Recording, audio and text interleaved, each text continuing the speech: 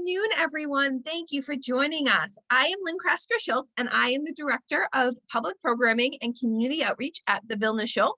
We are thrilled, along with the Worcester JCC and the Falmouth Jewish Congregation, as well as the Jewish Book Council, to welcome nearly 100 people to our virtual screen for this afternoon's program.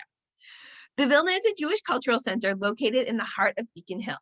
We focus on bringing people together using Jewish arts and culture in our 100-year-old former synagogue building. We are thrilled to welcome Pamela Nadel to our screen today. This is how today will work. In just a moment, I'm going to hand our virtual mic over to Pam. She will talk for about 35 minutes, and then Pamela Rothstein from the Falmouth Jewish Congregation will moderate a Q&A. If you have questions, please put them into the Q&A box. If you have comments or suggestions, please utilize the chat box. We'll also be pasting a program survey into the chat box and would love for you to tell us what you think of this program. Please take a moment either at the end or after the program to fill out this quick 3-minute survey. And now I am pleased to introduce Pamela Nadel. Her full bio will momentarily be copied into the chat box, but her quick bio and her books include The Women Who Would Be Rabbis, A History of Women's Ordination, 1889 to 1985, and the recently 2019 National Jewish Book Award Jewish Book of the Year, America's Jewish Women, A History from Colonial Times to Today. And now, Pamela, over to you. Thank you. Thank you so much, Lynn. And I just want to, first of all, thank Pamela Rothstein from Falmouth Jewish Congregation for inviting me, and Lynn Krasker from the Vilna Shul for welcoming me, and Nancy Greenberg for welcoming me so warmly, and also Eight Cousins Books in Falmouth for handling the book purchase. So it's just such a pleasure to be with you today. So I'm going to start by sharing my screen. And if for some reason you can't see that, I'm hoping one of my co-panelists will let me know. I want to start by doing something that for a professor at a university, I'm a professor at American University in Washington, D.C., I do something that's a little bit unusual for someone who's a professor. I'm actually going to show you some family photos. So in this first one, you can see my great-grandmother. And it was taken in the first decade of the 20th century. And if you look really closely at her hairline, you can tell that for sure she's wearing a wig. The sheitel worn by an observant married Jewish woman at the beginning of the 20th century, and the wig that would continue to be worn by many observant married Jewish women down until today. I always thought this photo was incredibly old-fashioned, even for the first decade of the 20th century. And when I was actually out on book tour, like live, a real person, I had coffee with a former student of mine who's getting a PhD in apparel design, and because she wants to work in a museum. And she told me that the dress that my great-grandmother is wearing went out of style in 1870. So now I definitely know that she was old-fashioned.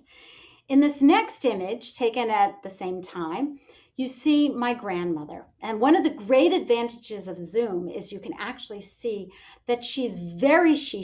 She even has bows on her shoes. And now I know that the dress that she was wearing, which was called a lingerie or a linen dress, was only in style from 1903 to 1910.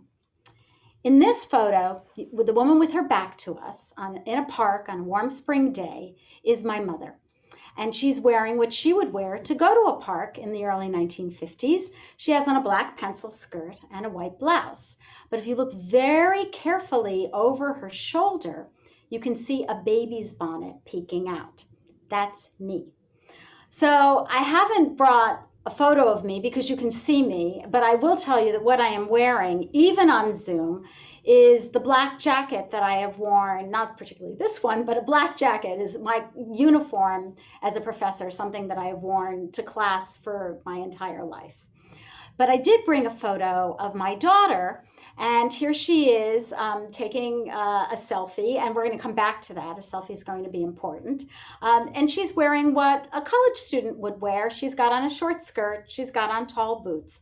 And when I said, I need a photo of you for my book talks, she said, Mom, you can have this one, but you have to tell everyone that the boots are yours. So I'm telling you, but I didn't remember that. So the point is, what am I doing introducing a book about America's Jewish women over about 350 years by talking about clothing. But it's the way the clothing changed in the women in my family, and of course across history, across American history. And I see the changes in clothing as a metaphor for the changes in women's lives. So my great-grandmother was one of more than 2 million East European Jews who came to America in the decades around the turn to the 20th century. Her daughter, my grandmother, raised her children in the Great Depression. My mother came of age at the end of World War II, and she had what I think of as a very kind of typical life for that era. She graduated high school, she took a few college classes, she worked as a secretary, she got married, she raised the children of the baby boom, and then when it was time to go back to work, she went back to work as a secretary, but eventually became a real estate agent and worked into her 80s. I rode the coattails of a revolution I did not make, but it pulled me into my career in the professoriate for these past decades, and it's the same revolution that has pulled my daughter towards a career in medicine. So our lives have been very different.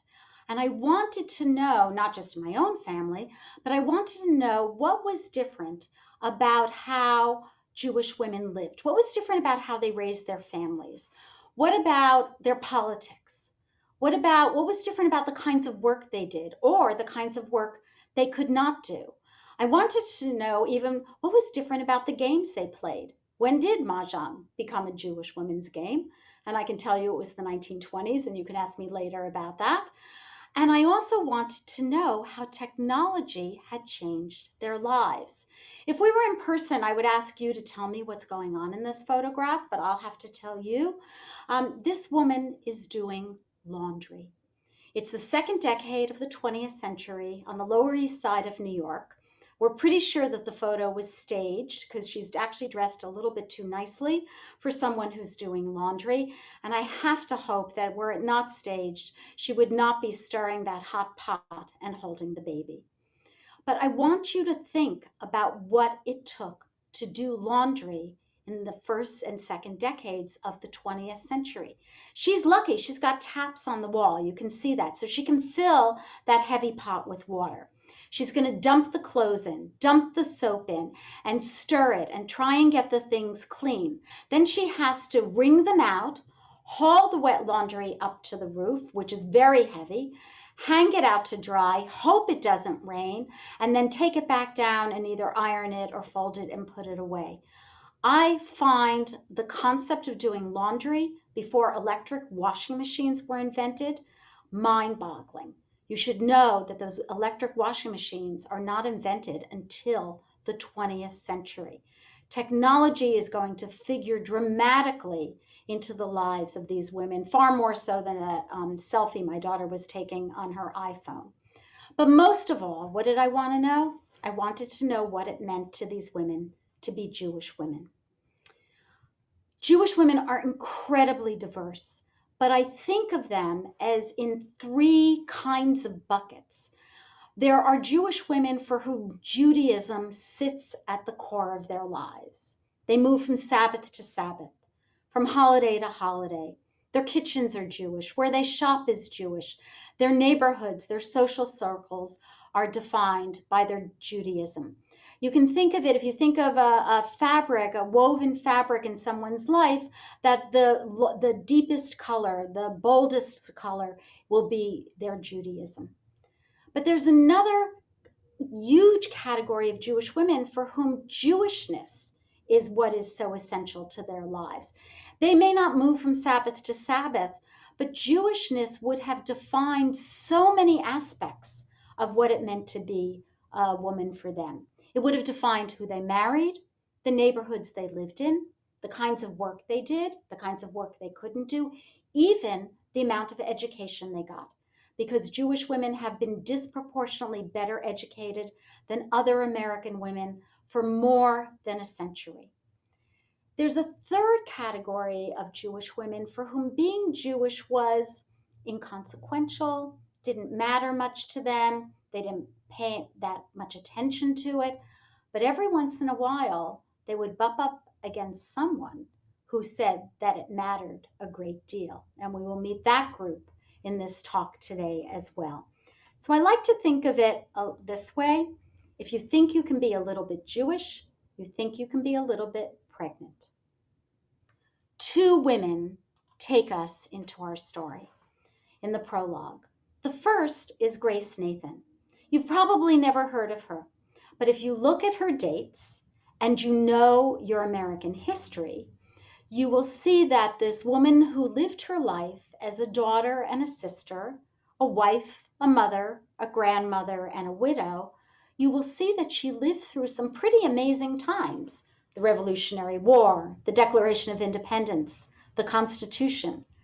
But when I read her letters in the archive, and by the way, also poetry that she wrote that was never published, when I read her letters, I don't read about the revolution. What I read about is that she's worried about a niece who has been spitting up blood for several weeks. But, she continues in that letter, the doctors are not terribly concerned. They think her corsets are too tight. Clothing matters. In this image, maybe you recognize this woman, this is Emma Lazarus. Emma Lazarus had a very different life than Grace Nathan. She is the famous poet whose words have welcomed the huddled masses yearning to breathe free to these shores for more than a century. They are in the base of the Statue of Liberty. She never married, she never bore a child. But what you may not know is that Emma Lazarus was Grace Nathan's great-granddaughter. And here we have two women in the same family, born a century apart, who lived their lives as Americans, as women, and as Jews, and used the freedoms that they gained as Americans to subvert the proper roles assigned to women, to say some very powerful things about Judaism. So let me explain what I mean. In one of her other poems, Emma Lazarus imagined her ancestors trudging out of Spain. They had been expelled from Spain in 1492 and coming to America. They came to a land, and I'll quote her, where they were given the freedom to follow the law that Moses taught and to think the thoughts Spinoza taught. Now, if you know your Jewish history, you might recognize Benedict de Spinoza as a 17th century Dutch Jewish philosopher who was kicked out of Amsterdam for his heretical ideas. The Jewish community kicked him out. They excommunicated him. To claim Spinoza for Jewish tradition and to elevate him next to Moses made her a maverick. The stunning thing is that Grace Nathan, in her colonial cap, was also a maverick in her own way. Towards the end of her life, she followed a very powerful Jewish tradition. She wrote an ethical will, a document where she left her life's lessons and instructions to her only son. And in it she said, at my death, only keep your beard for 7 days. That's a stunning statement. Traditional Jewish men do not shave for a minimum of 30 days following the death of a parent. Some Jewish men won't shave for an entire year following the death of a parent. That statement made Grace Nathan a maverick. And it is these two women who used America's freedoms to say very powerful things about Judaism that take us into our story. So we're actually going to go back in time. We're going to leave even before Grace Nathan was born in New York, when almost, not quite, but about 50 years before, Abigail Levy sailed from London to New York. She was 7 years old when she came. She was just 16 when she married Jacob. Jacob was 24. Today, in many states, a marriage between a 16-year-old and a 24-year-old would be illegal. But in Abigail's day, that was actually the norm because a husband had to be able to support a family. For a family would start to arrive almost immediately after the marriage. And that was true within her first year of marriage. Abigail gave birth to her first of 9 children. 7 of them would grow to maturity. By the way, that's not the record for a colonial era Jewish woman. We think the record is held by Rebecca Machado Phillips, who had 21 children. In fact, a Wick quipped that she had so many children that she almost ran out of biblical names to give them. So we know a lot about Abigail because when her son was in his late adolescence, he went to England to live with his uncle, his father's brother, and to help in the family transatlantic business. And Abigail wrote him a treasure trove of letters. So the first thing we learn is that she was an observant Jewish woman. She actually said in one of her letters that she said, never eat anything except for bread and butter at your uncle's house. And because she didn't trust that her sister-in-law would keep a kosher kitchen. Surely he didn't follow that. He married his cousin, his uncle's daughter. In another letter, we hear something that also makes her an astonishing maverick. She has been writing to her son and complaining about Judaism's superstitions and idol ceremonies. And she says that if a Calvin or a Luther would rise amongst us, I would be the first of their followers. Just imagine that. A colonial era Jewish woman, long before Reform Judaism ever emerges, it's more than 50 years before Reform Judaism emerges in Europe, she says she wants a reformer like a John Calvin or a Martin Luther who reformed and created the Protestant churches. She wants that for Judaism. That's a stunning statement. By the way, she also learned the price of that impulse, at least in her own family. Abigail was severely depressed when she discovered that her daughter Phila had intermarried with the Protestant Oliver Delancey. She actually wrote that she never wanted to see or speak to anyone again. And we don't know if she ever reconciled with Phila. We have a letter from Jacob where he's trying to get mother and daughter to reconcile.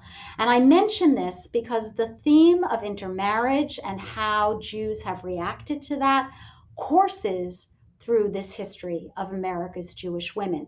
It's not just a 21st century issue. It's not just a 20th century issue. It goes all the way back to colonial times. So I'm going to leave behind the colonial days of Abigail Levy Franks, the early republic in which Grace Nathan lived, and the era when Emma Lazarus lived, and move to this woman, Rosa Saneshine, somebody else I think you've probably never heard of. When she was in the 1860s, she and her husband, who Rabbi Solomon Saneshine, came to America. They settled in St. Louis, and as a rabbi's wife there, she did the kinds of things one would expect of a rabbi's wife. First of all, she gave birth to the 4th of her 4 children, so we see family size getting smaller. She was active in the synagogue, she was active in the St. Louis community, and then she did something that was very unusual. In 1879, she created what we think is the first Jewish women's book club in America. It's called the Pioneers. If you're in a book club and you think yours has been meeting for a long time, you need to know that hers is still meeting today. It's been meeting since 1879 in a synagogue in St. Louis. So that made her unusual. What made her also even more unusual was that in 1892, she walked out on her husband. If you wanted to get divorced in 1892, you needed grounds to get divorced. In fact, in New York State, you needed grounds to get divorced until 1964. So she left him, she gave him grounds to divorce her. Now, she's not going to collect alimony, so she has to earn a living. And what she does is she creates the first English language Jewish women's magazine in the United States and calls it the American Jewess. It's fairly short-lived, published a number of years in the 1890s. But the name American Jewess, I just want to say a word about that. Jewish women use the word Jewess, Jewish men did, Gentiles did. That word was not used sardonically. It was it was a word that simply meant Jewish woman, and it's used actually fairly regularly until around 1940, and then you kind of see it fall out of fashion.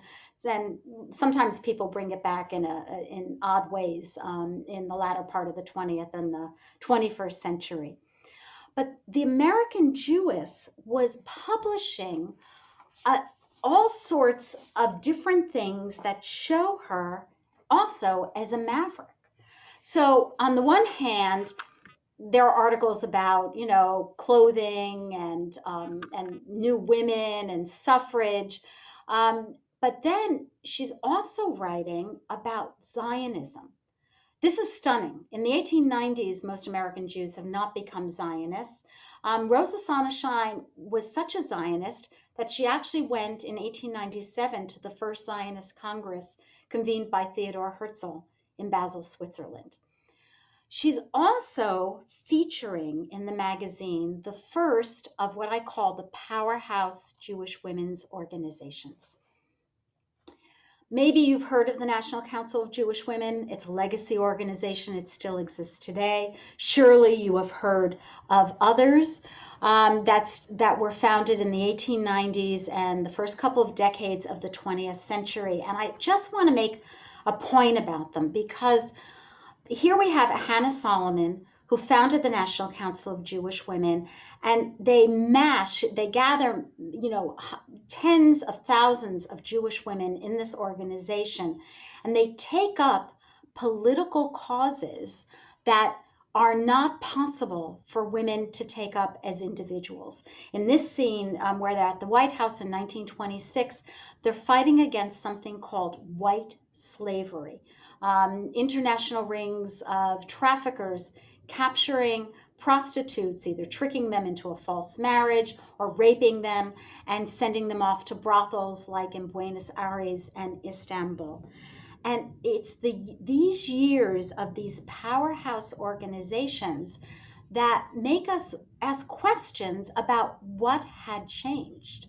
How is it that Jewish women are able to give so much attention to organizations like what becomes the Women of Reform Judaism? I know the Falmouth congregation is a Reform congregation, and this organization was founded in 1913 by Carrie Simon. What's changed is, first of all, family size. In 1800, the average white woman in America had 7 children. By 1900, she only has 3.5. I don't know what to do with the 0.5s, but the point, you get my point. By 1850, a white woman in America, and I'm not saying all Jews are white, I'm only saying that's the comparison group. In 1850, a white woman in America could expect to live for less than 40 years. By 1920, her life expectancy had jumped to 57 years. Jewish women are living longer, and they're giving back to their communities by massing in organizations because they have more years of life and fewer years spent childbearing and child rearing. But there are other causes that Jewish women embrace in these years. In 1902, when the price of kosher meat on the Lower East Side of New York in the immigrant community soared from 12 cents a pound to 18 cents a pound, Jewish women who needed every single penny to feed their families went out on strike. They broke into butcher shops, they threw the meat out into the street, they doused it with kerosene, and they set it aflame.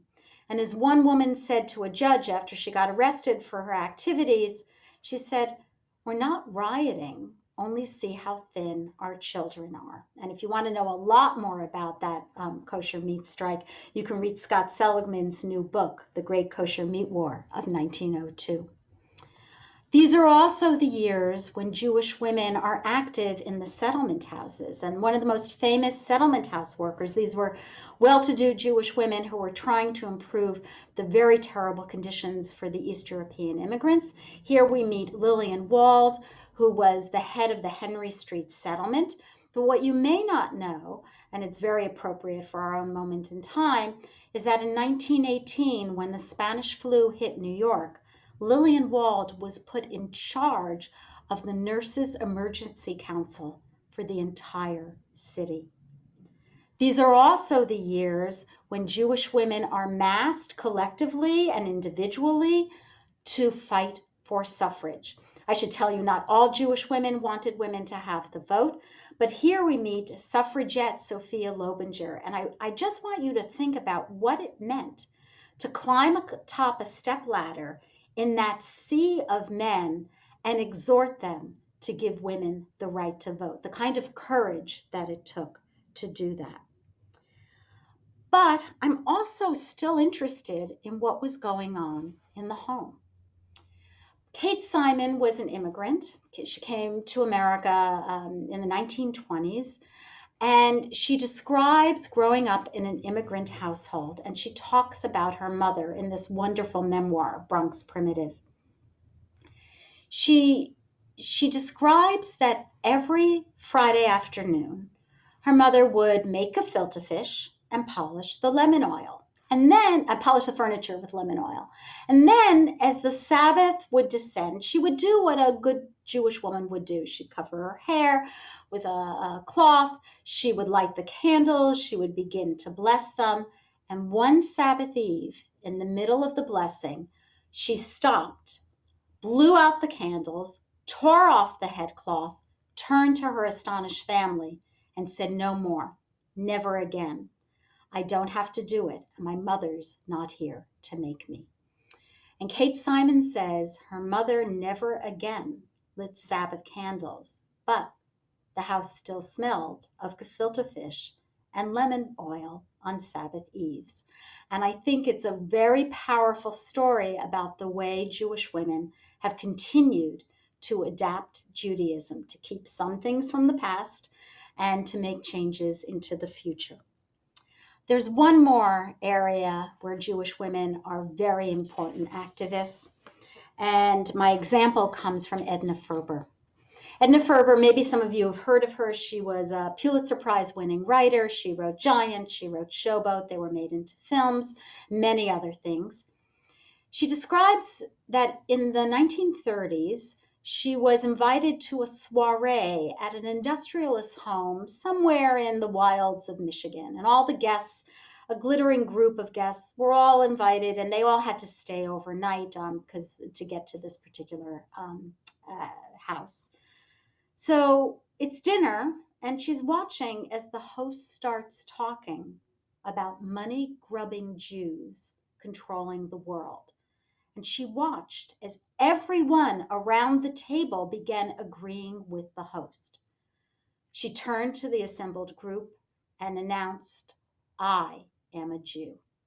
And she said that she had never seen such hatred around her before in her life. That night, when she went to her room, she not only locked the door, she put a chair against him. When I get to the era after World War II, all sorts of images come to mind. Bess Meyerson, the first and only Jewish Miss America. Maybe some of you, there was a headline in the paper, boxing champion wins $64,000. They were talking about this woman, Dr. Joyce Brothers.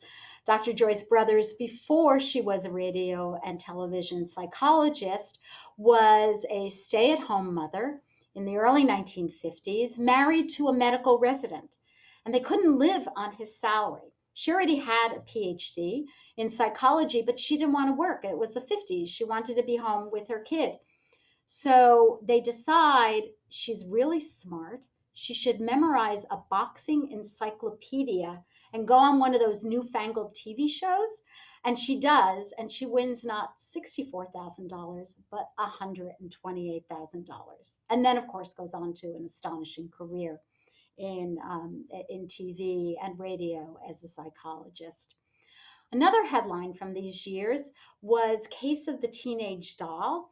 Ruth Handler invented Barbie. By the way, Ruth Handler had 2 children. You guessed it, Barbara and Ken. This one's not a headline, but there was a song in the late 1950s, early 60s. It was called Will You Love Me Tomorrow? It was written by Carole King. She was born Carol Klein, and Jerry Goffin, and this is their wedding day. Why are they getting married? She's pregnant. What are the choices open to a woman in America in the 1950s who's pregnant? She can get an illegal abortion, which might kill her, and which might throw the abortionist, whether the abortionist was a medical physician or not, throw the abortionist into jail. She could go away and have the baby, and there was the Louise Waterman Wise Home for Jewish girls who needed to do that. It was much more common for Catholic young women, but there was a place for Jewish women. Or she could marry the father, or as somebody once said to me, or somebody else. So they got married. And then Betty Friedan, publishing The Feminine Mystique in 1963, that will launch that revolution whose coattails I rode. So the point is, why am I talking about these 5 different women? And I'm talking about them because this is the image we have of the 50s. We think of the 50s as the baby boom years, the mothers pushing the baby carriages into the future. This is, by the way, from the National Museum of American Jewish History. And the 50s and the early 60s are a lot more interesting and a lot more complicated for Jewish women than we tend to think about. So, for example, there are tens of thousands of Holocaust survivors who have come to America, like Lubabat. Lubabat was a nurse in Poland. She was brought to America with the help of her uncle, Sidney Hillman, who was a very famous labor leader, and her aunt, Bessie Hillman, who was also an important labor leader. And she came to America, and 2 weeks after she got here, one of her other aunts said to her, I want you to tell me everything that happened, and then I don't want you to speak of it ever again. So Lubabat told her about the ghetto, about surviving the destruction of the ghetto, about hiding, about being captured by the Gestapo, about even as she was being whipped, refusing to say that she was a Jew. So they sent her to Auschwitz, but as a Polish political prisoner, not as a Jew, and about as surviving Auschwitz. I don't know if she ever spoke of it again, but she wrote 2 volumes of memoirs that I found in the archives at Yad Vashem, Israel's archive and museum of the Holocaust. The 50s are also the years when Ethel and Julius Rosenberg were executed, and that executions sent a Cold War chill across the many American Jewish women and men who for decades had embraced politics of the left. And the 50s were also the years when Jerry Fayer, who would later on become an LGBTQ rabble-rouser, Jerry Fayer left her husband and her kids and went to hang out in the subterranean lesbian clubs of Greenwich Village. So it's a much more complicated era than we tend to remember. So when we move into the 60s, this is the technology piece that I like to think of, the invention of frozen TV dinners. But of course, what changed women's lives? The birth control pill.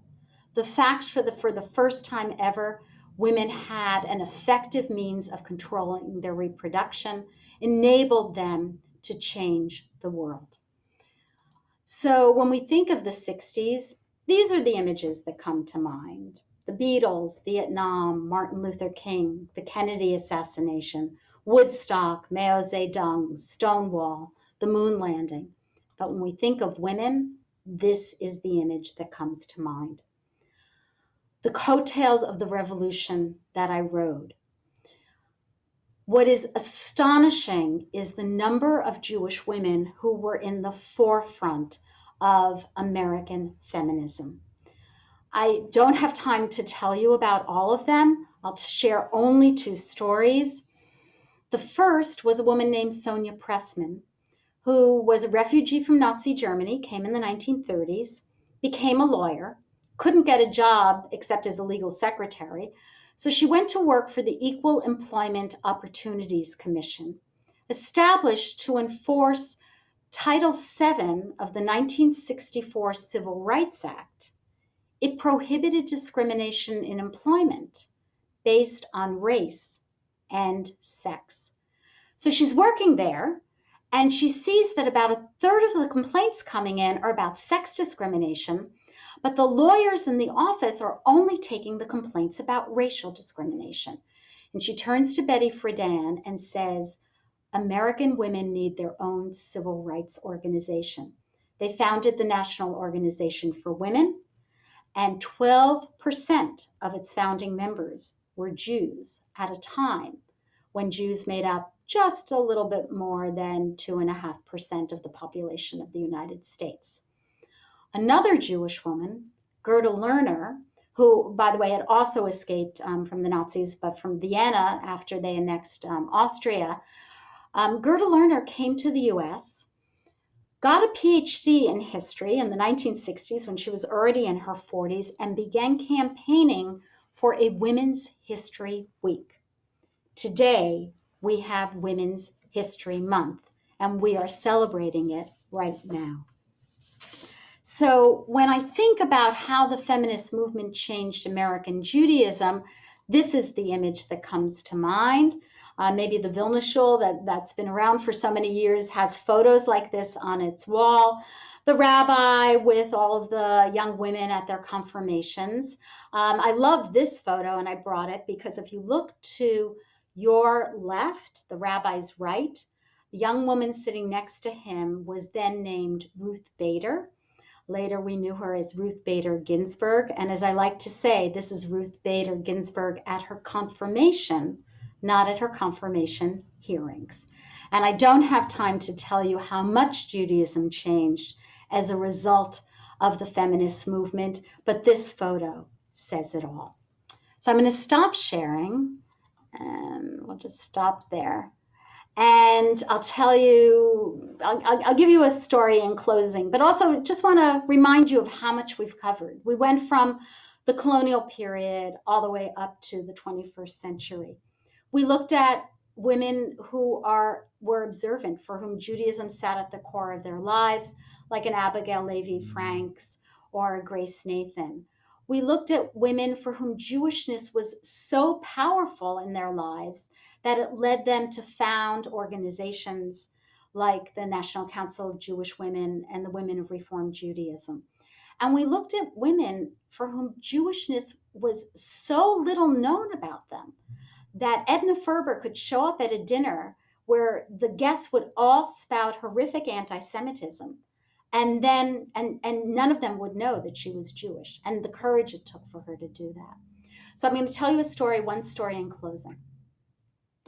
Some of you might remember that in the 1980s, maybe the end of the 70s also, during the movement to free Soviet Jews, when a boy or girl would have a bar or bat mitzvah, they would be twinned with a Jew in the Soviet Union who couldn't have a bar or bat mitzvah.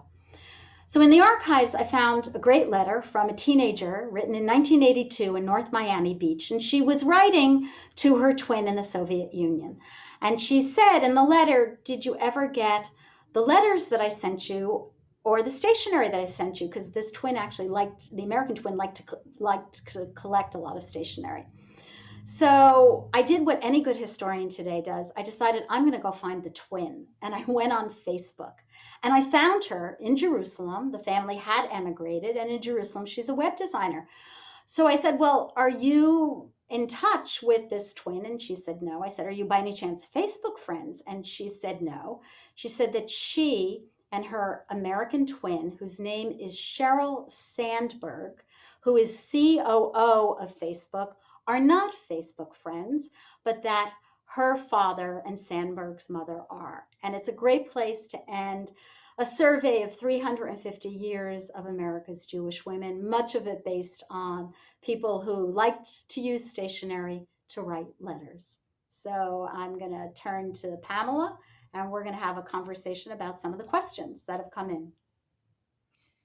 Hello, everyone. I'm Pamela Rothstein. I serve as Director of Lifelong Learning at Falmouth Jewish Congregation, a Reform congregation that offers cultural programming like this and worship, other things to our community here. Come and visit us if you get to travel again.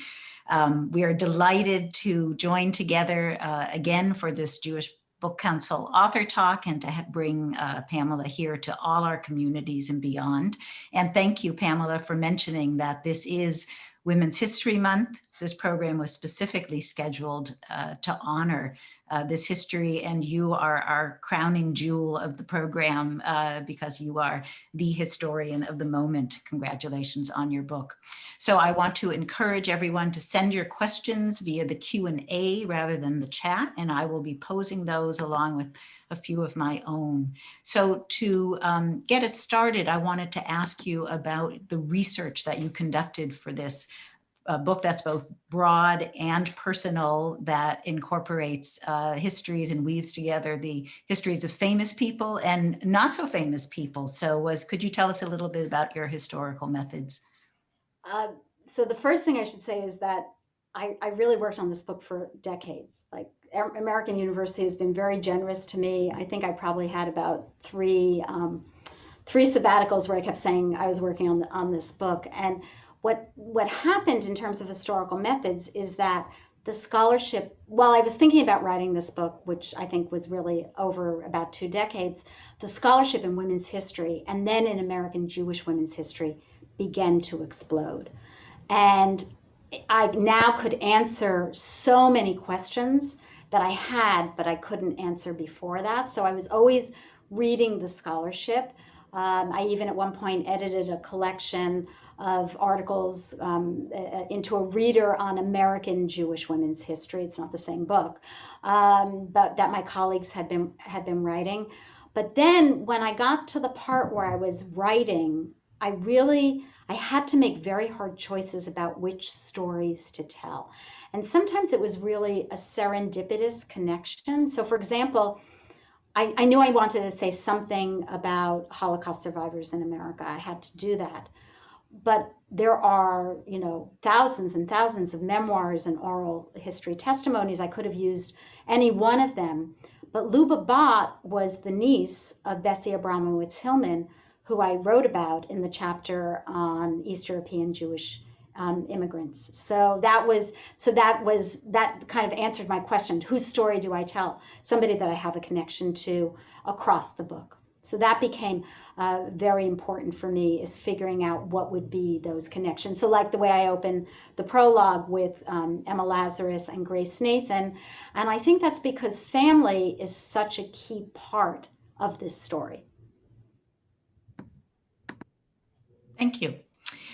We have a question from somebody who says that she's fascinated by Jewish women in colonial times. What was it like? I had no idea there were any Jewish women then. Fill me in. So I wanted to pose that to you also in the broader context of, what we learn as adults and as children about our own country, and how much the Jewish component of that is omitted or gradually being inserted into our learning.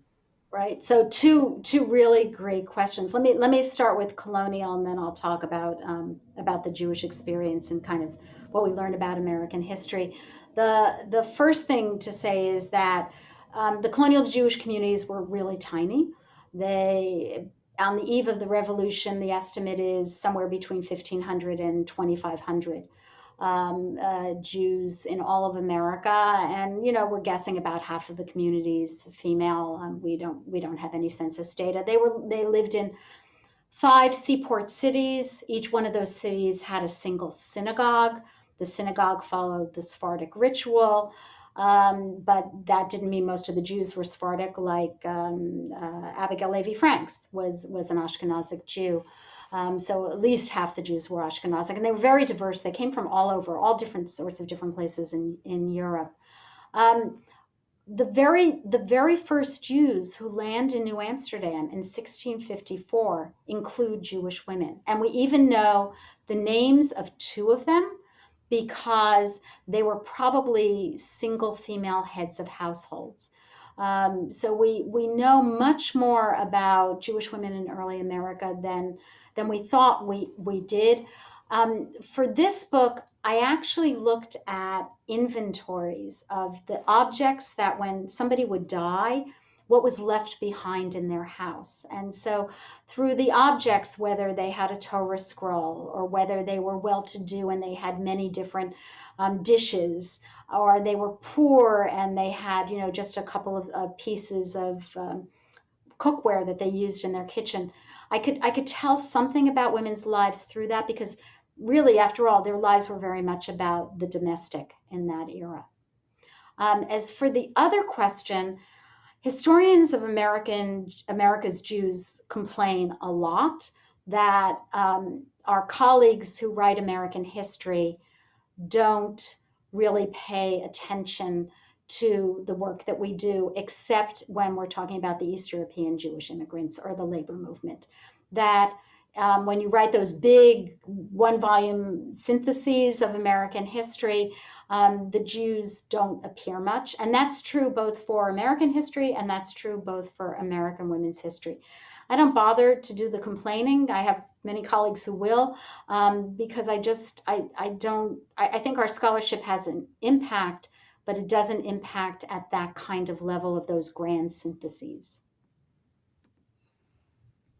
Okay, moving forward in history, we have a few questions regarding American Jews and slavery. So what do we know about Southern Jewish women whose families owned slaves? This person relates that on a Jewish tour of Savannah and Charleston, we wondered about how Jewish families handled Pesach and being slave owners. Oh, right. I'm not sure that they necessarily saw a contradiction to being slave owners and Pesach. I'm not sure that they comprehended that. So the first thing that I want to say is that geography dictated one's attitudes towards slavery. Jews in the South before the Civil War tended, not all of them by any means, but they would not have been inimical to slavery the way that Jews in the North would have been. And not all Jews in the North were opposed to slavery either. That's the first thing. Second thing is that because Jews were by and large urban dwellers, those who did own slaves were far more likely to own household slaves, and they would have a few of them, not like what we think of in terms of the plantation economy. And we do know about that. I mean, we have a quote from Eleanor Cohen, who survives the destruction of the South and is complaining about the fact that she doesn't like having white people wait on her, that she misses slavery. But we also have an Ernestine Potowsky Rose, who was a champion of women's rights and who was an ardent abolitionist, and actually one of the few Jewish women in the pre-Civil War era and post-Civil War era who was so well known that she was really part of the national women's rights leadership. So we have tremendous diversity. You can learn more about Jews and slavery from the new book of Laura Liebman. It just won 3 National Jewish Book Awards. It's incredible. It's called The Art of the Jewish Family. And she uses 5 objects to tell about 5 different Jewish women in colonial and early America. One of them is a woman who was born enslaved in the Caribbean and died as one of New York's wealthiest Jews in around 1815. So I definitely recommend that. Thank you. We have another question from somebody wondering about the relationship between Eleanor Roosevelt and some of the Jewish women whom she encountered when she volunteered at settlement houses. Right. Eleanor Roosevelt is a fascinating figure. I mean, I think remains one of the most admired first ladies of all time. And Eleanor Roosevelt was very much a product of her era, which, espoused a kind of genteel anti-Semitism, but she got educated and she changed her opinions. One of her closest friends was Eleanor Morgenthau. Henry Morgenthau was Secretary of the Treasury under Franklin Delano Roosevelt. And Eleanor Roosevelt actually resigns membership from a club because that club won't admit Jews, like her friend Eleanor Morgenthau. So she becomes a champion of, she's actually, I think, honorary chair, they would have called it chairman, honorary chairman of the Youth Aliyah movement of Hadassah. That was a movement trying to rescue youth from Germany and Austria in the 1930s. And she's the Jewish community sees her as a tremendous friend by the 1930s. Okay, a few more questions for you. Thank you. Somebody asks your opinion about the most important Jewish women's achievements in the past 5 to 10 years. 5 to 10 years. Wow. It's such a, for a historian, that's like, a blink of an eye, right? You can expand that a bit if you want to. Yeah. Well, first of all, the most astonishing achievement was when Ruth Bader Ginsburg became a modern icon, and the RBG icon, and was just astonishing to see what happened, and then to see the outpouring of tremendous emotion at her death. Here's somebody who, before the Supreme Court, she was an advocate. She said about her contribution to the feminist movement was to change the law.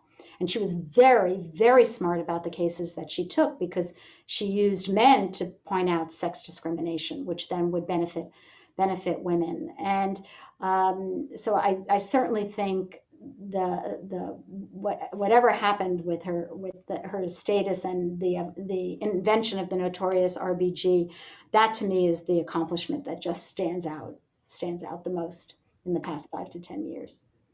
Thank you. Time for one or two more questions. I wanted to ask you what, in your opinion, is unique about the story and the narrative of Jewish women in America vis-a-vis other ethnic groups or women, the history of women in America in general. What I see as unique is that Jewish women are a part of America, and yet they continue to stand apart from it.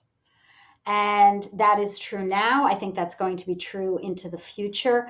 There was a time when Jewish communal leaders bemoaned the fact that American Jews were assimilating. That's all they talked about, was assimilation. The reality is that American Jews acculturated. They changed, they adapted. But Jews have been doing that across all of Jewish history. To be a Jew and Judaism have never been static. And so they, like the women that I talk about, they were a part of America's women. I mean, Bess Meyerson's a great example. Here she was, 1945, Miss America, but yet she stood apart because she was marked out as a Jew, and several of the sponsors of the Miss America pageant refused to use her to promote their products after she won.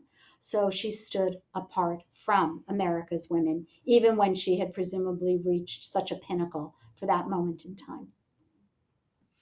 Another question about Jewish women's involvement in the 1960s and voting rights and racial issues. How can you enlighten us about that? First of all, Jews in general were disproportionately represented in the civil rights movement in the 1950s and the 1960s, both Jewish organizations and individuals. The estimate is that the number of freedom riders who went south in freedom suburbs to try and register voters that the number of youth who did that were just, Jews were way disproportionately represented. So we have lots of individual names, and I do see them as following in the footsteps of the movements to, like National Council of Jewish Women, like Hadassah, to improve the world. That Jewish men and women found causes and they embraced them, and they were activists in ways that would improve the world when they would leave it. So one final question for you, in fact, regarding tikkun olam, or that call to repair and improve the world. Since you've chronicled Jewish life for over the course of centuries, and Jewish identity varied in those times, right, and was in flux and changed even within a person's lifetime, to what extent is that call related to direct identification with Judaism, and to what extent is it part of our culture, even if someone is not self-identified or practicing as a Jew? Right, it's a great question. There's no one answer. There's no one answer about what sent Jewish women into these various different political causes. Sometimes it was religion, that they as Pamela said, the words tikkun olam, it's a phrase that actually gets used in the sense we use it today only in after World War II, especially in the 1960s, and that then gets taken up. So a sense of that this is a very powerful Jewish imperative that you have to improve the world. For Jewish women also, there are other factors, I think, that play a role. I mentioned earlier that they were disproportionately well educated. I'm an educator. I like to think it matters. I like to think that what my students learn in college makes a difference, and it enabled them. I think it's one of the reasons why Jewish women were in the forefront of the feminist movement. They'd gone to college. They knew how to think. They knew how to speak. They knew how to write. And some of them also knew how to run a mimeograph machine, which was actually really essential in the 1960s if you wanted to be a political leader. And I also think that for Jewish women, that sometimes the fact that they were marked out as other in the Jewish world also spurred their impulses, their activist impulses. Maybe the place to close is with a story about Bella Abzug, the congresswoman who embraced so many liberal causes and who was against the Vietnam War, and who on her first day in office called for Nixon's resignation a year before Watergate happened. And Abzug, when she was 13, her father died. And for a year, she said Kaddish, the memorial prayer for the dead, in an Orthodox synagogue on her way to school.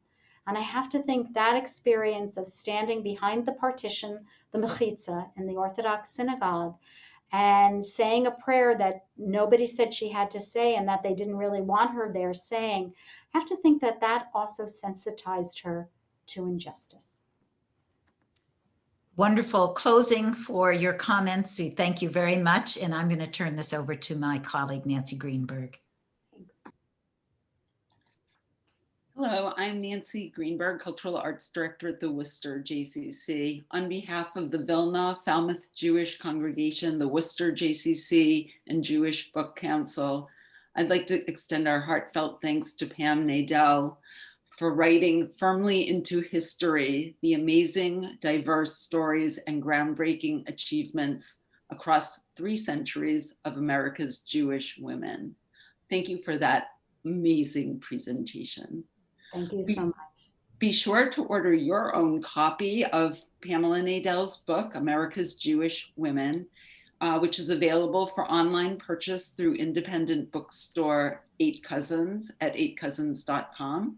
You may also order it if you are from Worcester at Tide Pool Bookshop, 372 Chandler Street, and of course from bookshop.org and Amazon. Please also join us for the next upcoming virtual partnership program.